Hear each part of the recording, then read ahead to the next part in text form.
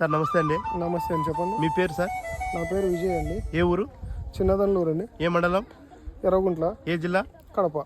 ఇప్పుడు మీరు చెప్పండి సార్, ఇప్పుడు మీరు మన వరి నాటుకు బయో ఫ్యాక్టరీకి సంబంధించినటువంటి బయో డిఏపి దుక్కిలోకి ముందే వేసారు కదా, ఈ వేయడం వల్ల ఎట్లా ఉంది అంటే ఇప్పుడు ఈ యొక్క మొక్క అంటే మన భూమిలో అజోలా పెరిగింది అంటున్నారు కదా, ఇది మంచి మొక్కకు ఉపయోగం చేస్తుంది, ఎట్లా ఉంది మీ ఫీలింగ్ అనేది చెప్పండి. అంటే యూజువల్గా మేము రెగ్యులర్గా ఓన్లీ నార్మల్ కెమికల్ డిఏపి వాడతాము. ఈసారి నేను అదొకటి బయో ఫ్యాక్టర్ డిఏపి ఒకటి ప్లస్ సూపర్లో మైక్రో న్యూట్రియన్ సూపర్ కూడా వాడాను.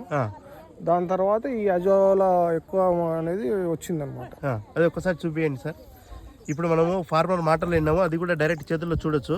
ఈ యొక్క అజోలా అనేది మొక్కకు అంటే మన పంటకు భూమికి చాలా మంచి చేస్తుంది. దీనిని అజోలా అని పిలుస్తారు. కేవలం 7 రోజుల్లోనే ప్రత్యుత్పత్తి చెంది పొలం మొత్తం పాకుతుంది. ఇందులో ఉండే సైనోబాక్టీరియా సహాయం వలన గాలిలోని నత్రజనిని స్థిరీకరించి భూసారాన్ని పెంచడంతో పాటుగా పంట దిగుబడిని 20% వరకు పెంచుతుంది. కలుపు నివారణకు అలాగే ఫంగస్ వృద్ధిని తగ్గిస్తుంది.